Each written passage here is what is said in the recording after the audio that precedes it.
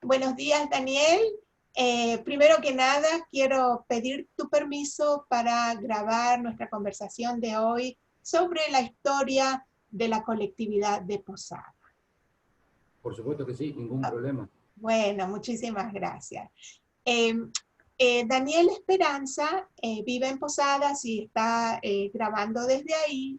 Y yo soy Marcia Sentner, ahora Applebaum, de Nashville, Tennessee.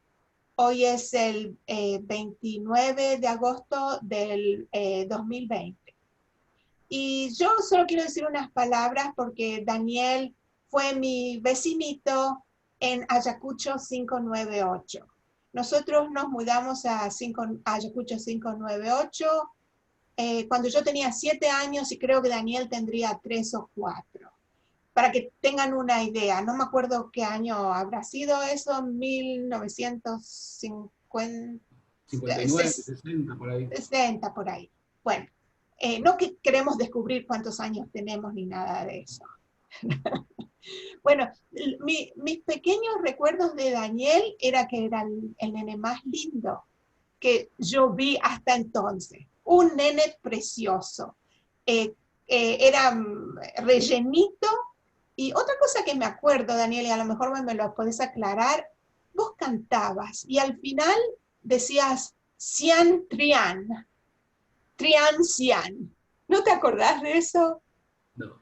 No, bueno, yo tengo memoria para pavadas. Si en algún momento canté, la verdad que perdí y esa virtud desapareció, no sé cómo. El talento. Otros 2 detalles, la mamá de Daniel, Susana Esperanza, eran por supuesto nuestros vecinos, abríamos la puerta y las cocinas se daban una a la otra. Y nuestras madres eran compinches de ir a conciertos. ¿Por qué? Porque los esposos no querían ir a conciertos, entonces se acompañaban una a la otra. Eso es lo que me acuerdo de Susana, una mujer siempre muy elegante, muy amable, muy cariñosa. Tu papá, claro que lo tengo pintado, menos detalles porque no sé si se ocupaba tanto de prestar atención a los chicos. Al menos a nosotras que éramos las vecinas. Bueno, Daniel, vamos a empezar con la entrevista y quiero que vos nos empieces a contar, primero que nada, ¿quiénes son los primeros de tu familia que llegan a Posadas? De los Esperanzas, contanos de tu abuelo paterno y tu abuela materna, o si hay bisabuelos que te acordás. Mirá, mis abuelos paternos vinieron ya casados desde Turquía. Todos vinieron a la Argentina en la época de la Primera Guerra. Ok. En 1910, 1914, en ese lapso de tiempo. Mis abuelos paternos vinieron a la Argentina, con ellos vinieron 2 de mis tíos, ya casados ellos y con 2 hijos ya. Y se instalaron en Paso de los Libres, en la provincia de Corrientes. Después, por alguna razón que desconozco, fueron a vivir a un pueblito que está cerca de Paso de los Libres, que se llama Guaviraví, que está a 8 kilómetros más o menos de Paso de los Libres. Ahí nació mi papá, en Guaviraví. Okay. ¿Él fue el primero que nació en Argentina entonces? No, fue el cuarto que nació en Argentina. El cuarto, ajá. O sea, cuarto o quinto, fue el más chico de todos los Esperanza de esa generación, era papá. Ah, bueno. Después se mudaron a Buenos Aires, la ilusión de la capital, creo que fue eso lo que los llevó a Buenos Aires. Y bueno, esta es la parte de mis paternos. Mis abuelos maternos vinieron por separado, no eran casados. Mi abuelo decía que había nacido en Estambul. Ajá. Mi abuela era de Esmirna. Ajá. Y me olvidé de decirte que mis abuelos paternos venían de Magnasia. Okay. Todo en Turquía. Todo Turquía. Mis abuelos se casaron, mis abuelos maternos, y se fueron a vivir a San Salvador, Entre Ríos. Ajá. Supongo que habrá sido una de estas tantas colonias de judíos que hubo en esa época, en esa zona. Ahí nació mi mamá, en San Salvador, Entre Ríos. Sí. Y luego se mudaron a Mercedes, Corrientes. Ajá. Ahí en Mercedes mamá hizo toda la escuela secundaria, por lo menos como mínimo. Y después, bueno, con esta ilusión, supongo, de la gran ciudad, también fueron a Buenos Aires. Y ahí se instalaron tanto los abuelos maternos como los abuelos paternos. Este es el recuerdo que tengo de ellos, digamos, y lo que pude aprender que me contaban. Yo tuve muchísimas charlas con mi abuela materna. Ajá. ¿Y cuál era el apellido de los abuelos maternos? Mi abuela materna era Regina Daniel de apellido, Daniel de apellido, Ajá. y mi abuela paterna era Catalina Merllán, Merllán o Merllán. ¿Y el apellido de tu abuelo materno? Samuel Mellojas. Mellojas, ok, ok. Hasta tenemos Mellojas en mi familia en Uruguay. Y puede ser porque Sí. había parte de la generación de los Mellojas se había quedado en Brasil, Ajá. pero era muy difícil en esa época contactarse. ¿Te imaginas lo que era 1910, 1900? Sí. Yo me acuerdo lo que era 1970 y también era difícil Muy contactarse. difícil. Entonces, tampoco uno sabe cómo se fueron contactando entre los grupos familiares. Supongo que la colectividad era muy chica y el rasgo de la conexión personal eran todos comerciantes, trabajaban todos en el mismo rubro, telas. Entonces Sí. era como una, supongo, ¿no? Lo que estoy diciendo es nada más que una percepción personal. Supongo que desde ese lugar se fueron conociendo. Sí. Mi papá era viajante cuando arrancó, vino a Misiones donde ya estaban establecidos dos tíos míos. León Esperanza. Daniel, te pido un favorcito, si podés bajar tu camarita porque a veces te pierdo parte de la cara. Ahí puede ser. Ahí está mejor. O sea, para que se vea. El chico lindo todavía es lindo. Bueno, se fueron perdiendo algunos valores, no solamente el canto quedó en el camino, sino también, bueno, te agradezco esa definición estética mía. Ajá. Te comentaba, mis tíos, habían dos tíos ya instalados en la provincia cuando papá era viajante, vino su Sí. primera vez a Posadas, eran León Esperanza y Jaime Esperanza, que fueron parte de la creación de la Asociación de Socorros Mutuos Hijos de Sion. Inclusive ellos eran los Esperanzas originarios de la ciudad de Posadas. Después papá vino, se enamoró de esta ciudad, se casó y desde ese momento que se casaron, vinieron a vivir a Posadas. Entonces, contame, tu papá, Carlos Esperanza. En realidad el nombre de papá era Moisés Esperanza. Ah, Moisés, así que Carlos era como un apodo. El nombre artístico era Carlos. Ok. Y tu mamá, Susana. Susana. Sí. ¿Dónde se conocieron? En Buenos Aires. En Buenos Aires, cuando ellos vivían en Buenos Aires. Cuando mamá vivía en Buenos Aires, trabajaba en un negocio mayorista de venta de telas, que era una persona de apellido Funes, pariente de ellos, y mi papá empezaba a ser viajante precisamente de la casa de venta de telas. Ah, ok, así que eran medio que colegas. Y mamá era administrativa, te imaginás, mi mamá era maestra. O sea, Sí, tu mamá era muy culta, eso yo me acuerdo, sí. sí, sí. Bueno, y después se vinieron a vivir a Posadas y acá estamos. Sí. Acá estamos todos los Esperanza de este grupo, de este núcleo. Nacimos y continuamos viviendo en Posadas. Muy bien. Ok. Y entonces, la primera casa que tuvieron fue ahí donde vivíamos nosotros, en Ayacucho. La primera casa que yo recuerdo es esa, ahí nací yo, digamos, en realidad en el Sanatorio de Nocilia, porque mi papá abajo, donde estaba el bar, ¿te acordás? Había un bar, claro.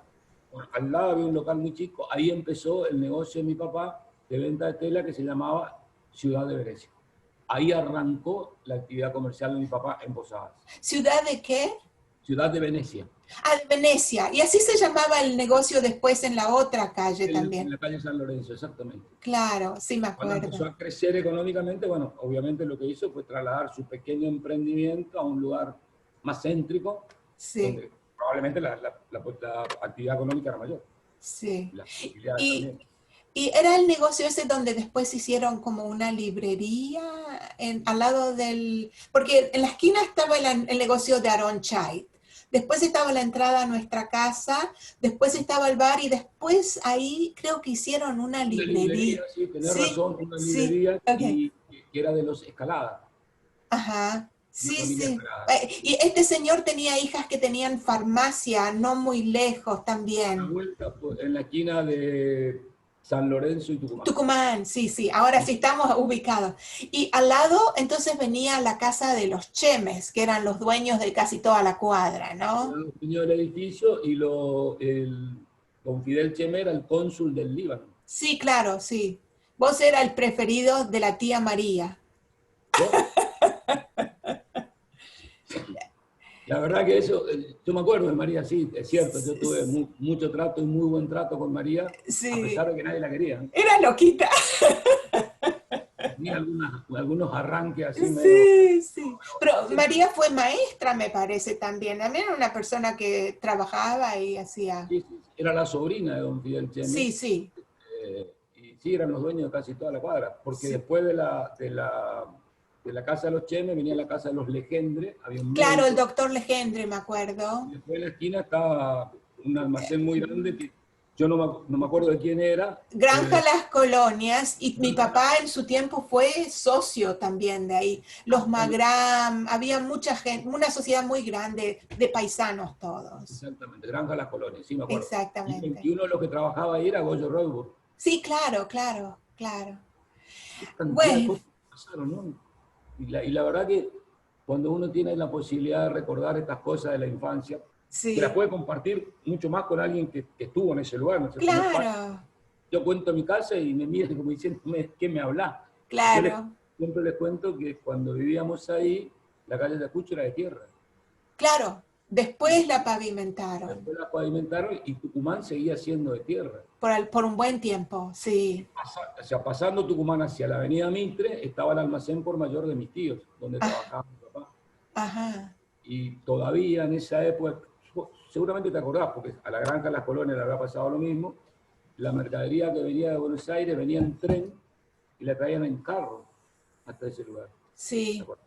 De En eso carro. tanto no me acuerdo. En mi tiempo, porque mi papá también trabajó, era socio de Casa Viana, no sé si vos te acordás, era en la Avenida Uruguay, vendían papas y cebollas con Sí, el papá de José Saidel.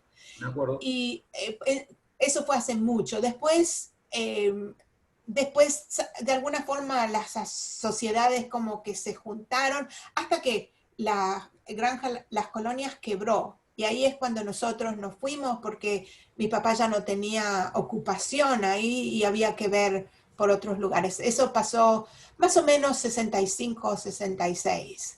cuando y con la economía en Argentina tan inestable, es admirable que negocios pudieron seguir sin quebrar, pero esta era una sociedad muy grande y realmente fue a la bancarrota. Esa inestabilidad económica que contaba de la Argentina es una virtud que permanece. ¿Eh? Sí, Es yo sé, yo sé. igual. Uno se cree que los judíos están bien, pero están bien hasta que no están bien. No es, Yo creo que hay no mucha es, pobreza también. yo creo que no es exclusivo de los judíos, es de todos. Ah, bueno, sí, claro. No, pero yo digo en particular cuando uno piensa, oh, los judíos están bien. No, sí, no. A mí, si los judíos les va mal, a los otros les va probablemente peor. Así que Mirá, no. Marcia, seguramente vos te acordás también, la calle Buenos Aires Claro, era gran cantidad de comercio de la colectividad y el centro prácticamente los pequeños comerciantes eran mayoritariamente de la colectividad. sí, Hoy, si recorres Posadas, te vas a dar cuenta, tanto en la calle Buenos Aires como en el centro de Posadas, cómo se ha achicado todo eso, ¿no? sí, La incidencia en el comercio minorista que tenía la colectividad en un tiempo determinado, hoy desapareció. Es ínfimo. sí. ¿Por qué? La verdad que yo no lo sé, pero digo, la situación económica en Argentina, mucha gente que se vio desbordada por la situación se fue, este, y los que quedaron probablemente se achicaron o buscaron alguna otra salida. Sí. Y los hijos, nuestra generación y nuestros hijos, como que no van por el camino del comercio. Ya son Andan más profesionales. en vida profesional como salida. No sé si está bien o está mal, pero es lo que hay. Sí. Eh, esa evolución creo que no pasó solo en Posadas, en muchas otras ciudades, incluso acá en Estados Unidos, también los judíos acá en Estados Unidos, todos comerciantes y después los hijos profesionales. Bueno, volvamos un poquito al pasado y a ver eh, qué prácticas religiosas había en tu familia, que vos te acuerdes. Celebraban las fiestas, vos y Patricia fueron a la escuela hebrea. Contame un poquito de eso. Mira, mis padres no eran extremadamente cumplidor de la religión, sí respetuoso, sí muy respetuoso, pero poco afecto al cumplimiento diario, ¿no? Por definirlo de alguna manera. Sí recuerdo que en mi casa era Rosh Hashanah y Kippur eran sagradas. Con respecto a las otras conmemoraciones, era más bien nosotros desde la escuela hebrea trayendo la conmemoración a casa que desde mi casa generando el espacio o el lugar para eso. Pero obviamente Rosh Hashanah y Kippur era el ayuno de Kippur era sagrado, mi papá lo hacía, mi mamá lo hacía. Recuerdo que se quedaban en lo que era la vieja sede de la Asociación Israelita, no, la Asociación de Socorro Mutuo Hijo de Sion, que estaba por calle San Martín. Frente al cuerpo de bomberos, se quedaban a la siesta porque les hacía más corto el trayecto de todo el día. Sí. Y nos juntábamos en familia, no éramos muchos, éramos nosotros 4 y probablemente algún tío, porque mis tíos que estaban en Posadas cuando llegó papá se fueron a ir a Buenos Aires. Quedamos solos nosotros. Sí. Si ocasionalmente andaba alguno por acá, sí, nos juntábamos, pero esas eran las únicas 2 festividades que en mi casa eran sagradas, entre comillas. Sí, ¿no? Sí. Y después, bueno, tanto Pesach como Sukkot, por dar 2 ejemplos, éramos nosotros en la escuela hebrea, que traíamos la información, enseñábamos y tratábamos de... Nuestros padres acompañaban, pero acompañaban. De la otra manera, nosotros, que te dije primero, éramos nosotros los que acompañábamos a ellos. Íbamos al templo en Kippur todo el día. Éramos chiquitos, nos llevaban y corríamos, íbamos y veníamos hasta la Unión Israelita que estaba a la vuelta, donde había esa vieja disputa tan... que nunca la entendí entre Ashkenazim y Sefaradim. Sefaradim nunca la entendí.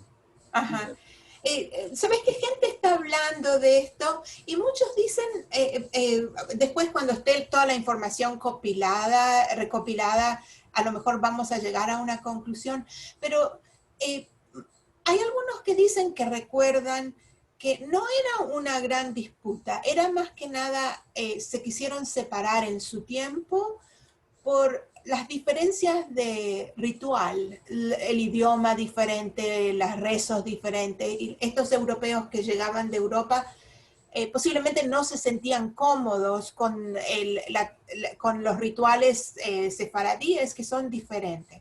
Pero al final de todos, a lo mejor, también parece que hubo algo en un Yom Kippur que todavía no está claro, que algo habrá pasado, pero todavía eso no está bien aclarado. Ya no sé si alguna vez se va a aclarar justamente por qué pasó la separación. Yo no, la verdad que la historia de la separación no la conozco porque cuando yo nací y empecé a ir ya estaba. Claro. De hecho creo que más allá de las cuestiones que yo dije disputa por ponerle un título. Sí, yo entiendo. Yo digo que más allá de aquellas cuestiones que nosotros veíamos en el día a día que estaban separados, creo que la juventud hebrea de Posadas, que éramos un poco más grande que yo y los que veníamos nosotros, entendimos que la división era una cosa loca. No tenía sentido y era una sola la juventud hebrea de Posadas. Sí.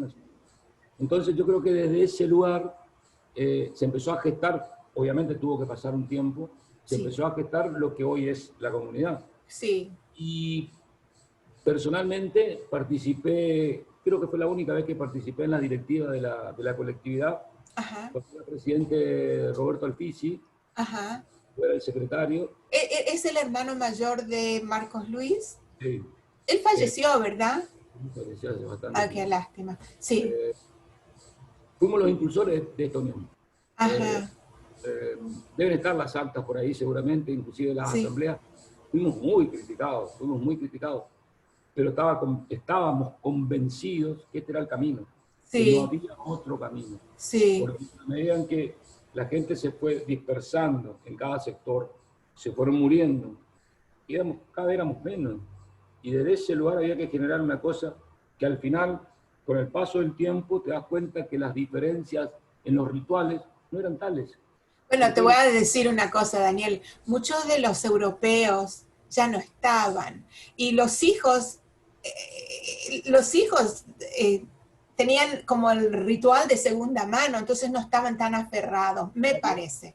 Yo lo único que digo es que ese fue el punto de inflexión en la colectividad. Fue un punto de Ajá. inflexión, para mí, un punto de inflexión hacia adelante. No tengo ninguna. Sí, sí, Estoy convencido de eso. Lo tuve sí. siempre. Lo Y, tuve siempre. contame si podés, ¿cuáles eran las causas que los que se oponían? No, no necesito nombres, pero ¿qué era lo que decían? ¿Por qué no? Si te Ya, había, acordás, de los Ashkenazim y de los Sefaradim. yo no conozco qué decían los Askenazim porque yo estaba al otro lado en la comisión. Ok, A nosotros ok. nos hablaban de la identidad. Ajá, Y yo decía que la identidad es una sola. La sí, identidad es ser judío. De ajá, dónde provengas era en realidad una cuestión bueno, de origen, pero en el fondo éramos todos iguales. Yo claro, no entendía una separación porque, primero porque éramos todos del mismo equipo, por decirlo de alguna manera, y sí, segundo, porque la única manera de continuar era juntarse, porque si no, separados, éramos cada vez menos, menos. éramos cada vez menos, Ujú. y ese ser cada vez menos te hace perder lo que ellos creían que era la identidad. Ajá, Era mi concepción en ese momento. Tenía sí, 30 años, 32 años, sí, no era fácil, éramos como revolucionarios, entre comillas, pero me sí. parecía. Y esa comisión directiva que yo recuerdo con mucho cariño, eh, estábamos todos convencidos que este era el camino, ¿no? Ajá. Y hoy está ahí, Sucedió. lo logramos. Sí, muy bien. Ahora, yo quiero saber un poquito más. Dijiste, ibas a la escuela hebrea. ¿Te acordás quiénes eran los morim de la escuela hebrea? Si podés Mira, recordar y dónde era y qué es lo que te acordás de quiénes eran tus compañeros de clase. mira, primero te quiero decir que me parece que la escuela hebrea fue también un pilar sustancial en todo esto. Es un Claro, pilar sustancial en sí, todo esto. ujú, Y es la base. A sí, partir de ahí, más allá del aprender hebreo o no aprender hebreo, creo que el sentido tiene sí, que ver con la escuela hebrea. Sí tengo mucho recuerdo, porque la escuela hebrea nace y se consolida como escuela porque necesitaba, a ver, para que eso pasara, necesitaban, por alguna exigencia formal de esa época, yo no sé por qué, una persona que sea maestra para ser directora, maestra del título de escuela normal. La ajá, única que estaba en posadas de la colectividad con ese título era mi mamá. ajá, Mi mamá fue directora de la escuela hebrea, prestó el nombre y sí. daba, no sé si te acordás, la clase de temas patrios. Eso lo nombró Arele y yo la verdad es que no tuve la oportunidad porque nosotros ya no estábamos cuando eso pasó, pero me interesa saber qué estudiaban en temas patrios, patrios de Israel, patrios de Argentina, qué estudiaban. Patrio de Argentina. Yo supongo, Marcia, que debería haber sido alguna exigencia formal de algún organismo público para habilitarla como escuela. Ah, No sé si entiendo. organismo público nacional, provincial o de la propia colectividad, no lo sé, Ajá, pero necesitaba tener algo. Lo que yo entiendo es que necesitaba tener algún vínculo con Argentina. Entonces, temas patrios era 25 de mayo, 9 de julio, San Martín, Sarmiento. Entonces, mamá daba 4 clases en el año, por decir de alguna manera, y ajá, tuvimos un cuadernito especial de temas patrios. sí, sí, Cuando se sí, acuerda de eso, y ya más grandecito, decir, bueno, ¿por qué un cuaderno diferente? Y porque probablemente haya sido una exigencia formal de algún interesante. organismo, y bueno, pero digo, la escuela hebrea es un baluarte importante. De hecho, yo Sí, fui a la escuela hebrea, mi hermana sí. fue a la escuela hebrea, Ujú, mis hijos fueron a la escuela hebrea, mi ajá, nieta va a la escuela hebrea, ajá, y por eso yo reivindico mucho y a pesar de todo, reivindico mucho a mamá, ajá, porque ella fue, a lo mejor simplemente por poner un nombre, ajá, pero gracias a ella, en ese momento la escuela hebrea se habilitó como tal. Después probablemente aparecieron las escuelas de Morín y ya hubo otro organismo, otra definición, otra modalidad y sí. pudo seguir. Ujú, Pero, bueno, y estas son las cosas que yo te decía el otro día, a veces eh, es muy difícil borrar lo que pasó. sí, Y aunque alguno pretenda ponerlo debajo de la alfombra. ajá. Y te cuento esto por qué. Me interesa. Porque ustedes están haciendo historia, están escribiendo. Claro, claro. Y la historia también escribió y contó cuando San Martín con las espuelas quiso entrar al polvorín y el soldado no lo dejó. Entonces la historia cuenta lo bueno y lo malo. Ujú, ¿Me explico? Entonces ujú, yo, y no lo digo como hijo, Lo digo como corresponde que deberá ser. Esconder bajo la alfombra lo que pasó y no nombrar a la mamá es un despropósito. Me eriza todo, Daniel, toda. Te voy a decir... Te lo digo de corazón y no porque yo pretenda que me busquen a mí. Yo no hice nada por la colectividad, nada. Soy uno más. Sí. Pero esta cosa hay que decirla. Entonces, cuando en una jornada de homenaje nombrás a 100 y no nombrás a uno... Sí. Duele. Duele si vos sabés que ese uno, claro. No duele, no duele. ¿No duele? No duele. Es simplemente la exteriorización que termina de convencerte quién es. Sí, pero quiero que sepas que ya alguien nombró a Susana Esperanza en estas historias, porque yo ya sabía, pero nosotros ya no estábamos cuando tu mamá enseñó. No solo la nombró, sino que recordó su clase con cariño. Entonces, ya está reivindicado, por lo menos por esa parte. Y además ahora le estamos haciendo honor. Marcia, yo no estoy hablando de reivindicaciones mayores ni monumentos. No. Lo siguiente, cuando se cuenta la historia, hay que contarla. Sí, sí, definitivamente. Contar la mitad de la historia es mentir. Sí, porque claro. la historia una sola son hechos. Claro. No son actividades, son hechos. Sí. Y si quien relata la historia, sí. que son una sucesión de hechos que pasaron, sí. la evaluación de los hechos es otra cosa. Claro. Otra cosa. Si alguien saltea en el transcurso del tiempo un hecho puntual, y está mintiendo. Claro. Está mintiendo porque no tiene la correlatividad temporal que debiera tener. Sí. Omisión, sí. Por eso te digo, la verdad que estas conversaciones que estamos hablando con gentes de todos lados, ¿sabes? Que tuvimos el Betar, que fue muy influencial, ahora creo que está el Dror, otros se transformaron from Betar a la Shomer Atzair, que son los demás de izquierda. Todo eso lo queremos captar porque es nuestra historia, no hay nada en lo que tener vergüenza, todo es válido y me gusta que lo hablemos así. Pero me parece perfecto, a mí me pareció una gran idea, cuando mi hermana me contó, me pareció una gran idea, porque no es lo mismo que yo cuente mis sentimientos, mis sensaciones, porque tiene subjetividad. Claro. Todos tenemos subjetividad. Claro. Ahora, es importante que haya 2 o 3 personas que recopilen ese conjunto de subjetividad y ese conjunto de historia y después nuestros hijos puedan verlo. Claro. Yo le cuento la mía. Claro.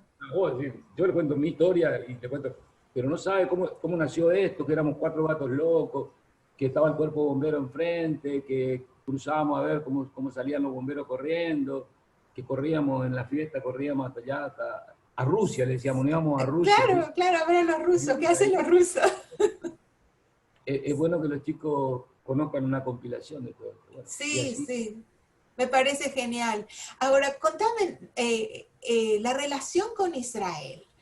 ¿Qué sentimientos de la casa de tus padres? Y no hay presión de decir, sí, amamos a Israel, sino ¿qué es lo que pasaba con Israel? Y si alguna vez alguien de tu familia fue a Israel, entonces en general, ¿cuáles son los sentimientos?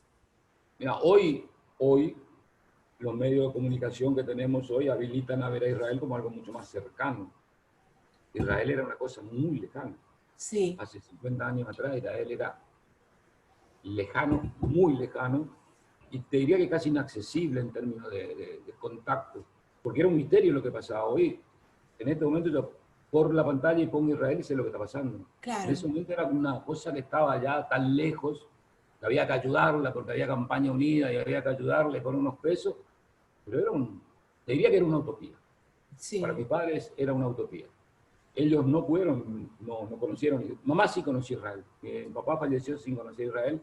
Mamá fue 2 o 3 o 4 veces a Israel. Tenía una amiga, muy amiga, que era de Posada, Felisa Eisenberg. Oh, claro. Dueña de Casa Oxmund, sí. Con la que mamá estuvo en sus viajes a Israel, que viajó con la hermana, en uno de sus viajes viajó con la hermana de Felisa, con Ana. Ajá. Estuvieron en Israel. Mamá tuvo 3 o 4 veces, con mucho contacto también con Perla Silverstein, la mamá de Alejandro y de Sergio. Claro, claro. Alejandro, mi gran amigo, contemporáneo, gran amigo. Y bueno, mamá conocía a Israel, pero su relación con Israel era muy lejana, una cosa, estaba muy lejos.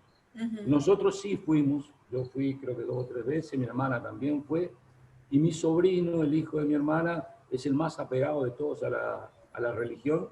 Ajá. Y uno estuvo 1 año en Israel, estuvo 1 año viviendo haciendo este tipo de intercambio, una cosa así. Ajá. Yo lo visité, y él el más activo de la colectividad del grupo familiar. ¿Bruno vive Ha en sido un rabino, Posadas? ¿eh? ¿Vive en Posadas o No, no? Bruno vive en Buenos Aires. Se recibió el año pasado de licenciado en Ciencias Políticas y está en Buenos Aires.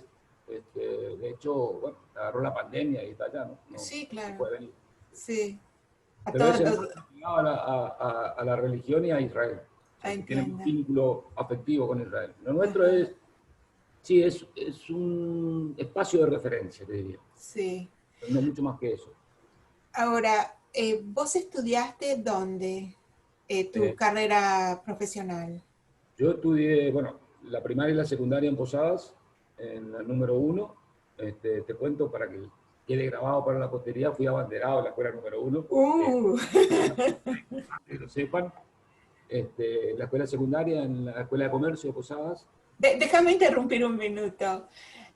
Cuando Patricia empezó el primer grado en la escuela número 2, yo y ella caminábamos juntas. Yo estaba en el 6º grado y ella estaba creo que con la señorita Susana, en el primer grado.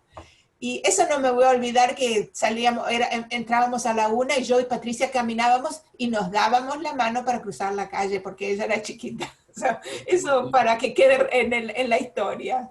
Porque en realidad a la mañana funcionaba la número 1 de varones y a la tarde Claro, la número 2, que se fusionaron en la escuela número 1 en el año 68. en el 68, ok. 68 pasaron a ser la escuela número 1. Mixta. Uh-huh. Escuela misma. Sí. Entonces decía, yo hice la escuela número 1 en la primaria, la escuela de comercio el secundario. Empecé mi carrera de abogado estudiando en Buenos Aires y al año y medio la gran ciudad me superó y entonces terminé en Corrientes y ahí me recibí de abogado ya hace 41 años. Ajá. ¿Y practicás ahí en Posadas? Sí, sí, claro. Yo Y, ejerzo la profesión desde el día que me recibí ajá, y además estoy cumpliendo 38 años de docente universitario. ajá. ¿En el Montoya o qué es? La Universidad Nacional de Misiones, en Ajá. la carrera de Ciencias Económicas. Yo soy titular de la Cátedra de Derecho Laboral. Ajá. Entonces, ¿haces derecho laboral? Por lo menos es lo que intento. ¿Sabes que mi yerno es lo que hace acá? Vive acá en nuestra ciudad y también es abogado laboral también. Generalmente no hay tantos. En realidad, te voy a repetir, soy docente en la universidad, una materia de 4º año, soy el Ajá, titular de la cátedra ahora y por concurso, ajá, y en la actividad privada, si bien hago derecho laboral, pero parado del lado del empresario. ajá. Sí, no, mi yerno también trabajó para las, ¿cómo se llaman? Las uniones, no, ¿cómo se dicen? Los gremios en Nueva York, pero cuando se vinieron a vivir acá, para el lado de los empresarios también, sí. Diría que a veces es una elección de vida y muchas veces el propio camino te va llevando a Y sí, ubicarte. ¿dónde está el trabajo? Sí, sí, esas son mis actividades principales. Ok. Te quiero preguntar también de tu actividad laica. ¿Estás afiliado a organizaciones de algún tipo? Contame de lo que haces. Mira, yo de muy chico, inclusive después de recibido también, practiqué deportes. Ajá. De ese lugar, yo jugué al rugby en un club de Posadas, el viejo Robin, el Claro. viejo club que hoy es Capri, que es la fusión de 3 clubes.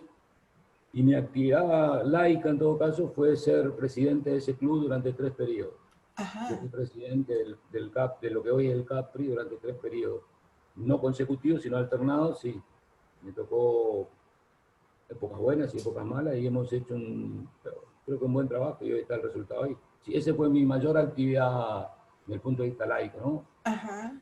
muy involucrado con la institución a la que, bueno, quiero mucho y es parte mía, ¿no? Obviamente, después de 6 años de presidente, Sí, sí. te sentís padre, es Y como el sí, patio de tu casa. es tu casa, sí, sí.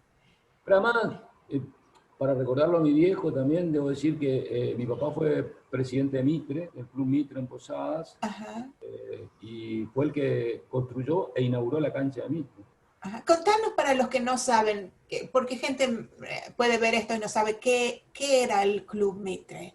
El Club Mitre es un club de fútbol de la ciudad Ajá, de Posadas, un club de mucho arraigo, yo creo que es el mejor, pero no lo es, esto es mentira, esto es subjetivo. Este, y bueno, era un club que no tenía instalaciones deportivas importantes ujú, y en un momento determinado se resolvió hacerlo. Mi papá fue presidente 9 años seguidos y en ese lapso de tiempo inauguró la cancha. Que ajá. hoy creo que es de las canchas que hay en Posadas, ediliciamente, no en campo de juego, ediliciamente una de las más importantes. Fue la primera que tuvo un túnel para entrar a la cancha. Ah, mira vos, como en los países desarrollados. Sí, estamos hablando del año 68, 69, ¿no? Sí, sí, sí. Y aparte partidos políticos, activaste. Sí, yo participé activamente en el radicalismo. Ujú, Eh, el mayor cargo que ocupé fue vicepresidente de la Convención Provincial del Radicalismo. ujú, Eh, Tuve que hacer cargo de la presidencia porque el presidente pidió licencia. Y después, bueno, en esta conjunción que hubo en el año 2001, que aparece un nuevo modelo político en la provincia, bueno, algunos que militábamos en el radicalismo nos sumamos a este proceso, pero ya sin ningún cargo, ajá. ya directamente como militante, ya está. La etapa ¿Qué, de qué- militancia. para quienes no saben, y me incluyo porque yo estoy tan lejos, ¿qué eran los principios del radicalismo? ¿Qué es lo que buscaban? Y tuvieron presidentes en Sí, Argentina. sí, sí. Después del golpe militar, bueno, antes del golpe militar, Irigoyen, Alvear, antes de la historia, ¿no? Y después del Ujú, golpe militar, a partir del 83, bueno, para mí el presidente emblema de la democracia, que fue Raúl Alfonsín, Alfonsín. presidente Ujú, emblema de la democracia. A ver, si vos mirás los preceptos del radicalismo y del peronismo, no difieren sustancialmente. En todo caso, lo que se difiere es la metodología. ujú. La metodología, en el fondo, todos hablamos de justicia social. Sí, Y la justicia social es un valor subjetivo. sí. Para mí la justicia social es lo que yo creo que es justicia social. Entonces, me parece que en el fondo si uno analiza las dos doctrinas, va a llegar a la convicción, yo por lo menos siempre dije lo mismo, es decir, nos diferenciamos en los métodos, en las formas, Sí. pero muy poco en los contenidos, muy poco. Hoy, hoy está todo tergiversado en Argentina, está todo tergiversado. El peronismo ya no es peronismo, el Sí, radicalismo ya no es sí, radicalismo, entonces hay entonces, como decimos acá, un embolleré. Esto está todo sí. mezclado. Oye, eso sí lo entiendo. Un embolleré, está todo mezclado, bueno, y en ese todo mezclado surgen los Sí, personalismos, sí. ¿no? Vuelven a aparecer los personalismos, cosa que yo no estoy de acuerdo, y entramos en una vorágine yo creo que son de egocentrismos personales y de intereses personales a los que poco le interesa al pueblo Sí, o el conjunto de la sociedad. sí. Te pares en el lugar donde te pares. Ujú, Entonces, ujú. la actividad política dejó de ser lo que era y obviamente la universidad es el fiel reflejo de eso. Sí. Si no hay actividad política en la universidad, no hay actividad política de futuro. Y hoy no la hay. Bueno, Daniel, algo que no cubrimos, que te parece que quisieras elaborar. Bueno, No, contame tus hijos. Hoy en día están en Posadas. ¿Cuántos tenés? tengo 2 hijos, una hija de 37 años, se llama Ajá, Isabel Esperanza, y un hijo de 33 años, 34, ajá, no, ya no me acuerdo. Nació en el 87, o sea, 33 años, también digo bien. Que se llama Jeremías Esperanza. Los dos viven en Posadas, ajá, los dos están en pareja. ajá, Tengo una nieta, hija de mi hija, que se llama, ajá. es Que Catalina, es Catalina, ¿sí? Bueno, Catalina, muy bien. y Jeremías tiene 2 hijos, Ajá. Primero es Tiziano, que tiene la misma edad que Cata, 7 años. Ajá. Un hijo que tiene 1 año y medio, que se llama Jaime. Jaime, ok, bueno, sí. Y te cuento, digo esto para que no quede afuera. Y mi señora, que se llama Mónica. Eso también te iba a preguntar, porque nosotras las mujeres somos las más importantes después de Sin todo, lugar a, después del esposo. no, sin lugar a dudas. Maneta. Sí, sí, sí, me Mi señora imagino. se llama Mónica, estamos casados desde el año 82. Del 82, ajá. Y mi Y, hija nació. y enseguida tuvieron. Nosotros nos casamos en el 73 y tenemos una hija del 82 y otra del 87, como ustedes también, pero nosotros nos dejamos estar, esperamos.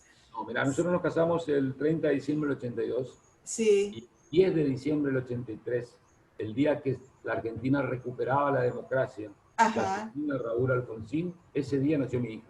Ah, bueno, un buen omen. Yo estaba esperando a Mónica en la sala de parto y mirando la televisión porque en ese momento estaba jurando a Alfonsín. O sea, Sí.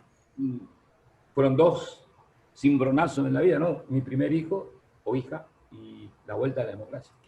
Ahora, contame, durante la época de Videla, la época nefasta, eh, ¿dónde estabas? ¿Cómo operabas? ¿Qué sentías? ¿Qué pensabas?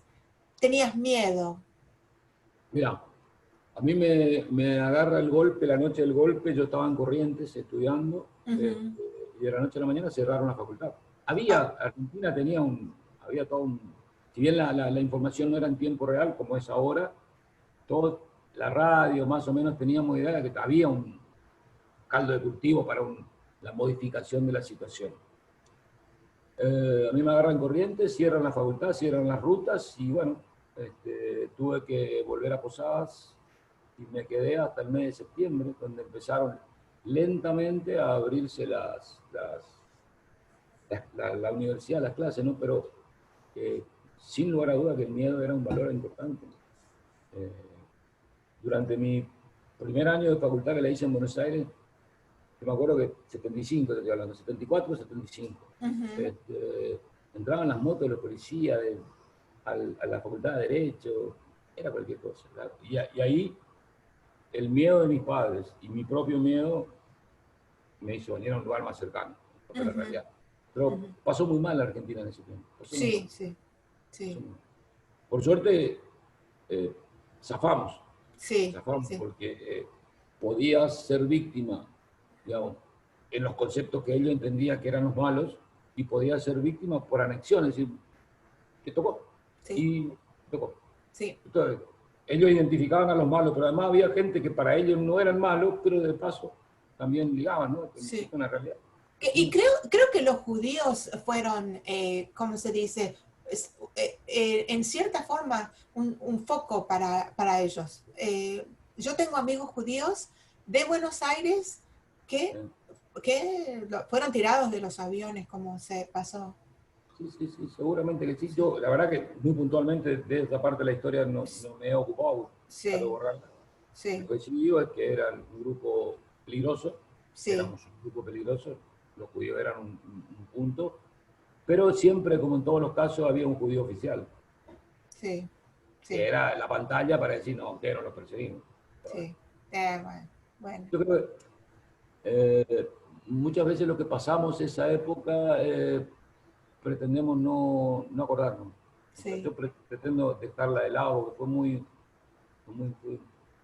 fue fea, fue muy fea. sí, sí, Pero es sí. cierto que hay que contarla porque los chicos tienen que aprender, tienen que Oh, saber sí, que una democracia más buena, más mala, mejor o peor, de lo subjetivo siempre, eh, nunca va a ser tan malo como eso. oh, sí, sí. Nunca va a ser. Como esa dictadura, sí. Eso fue lo peor. Bueno, vamos a poner un punto acá. Voy a parar la grabación, si puedo. A ver.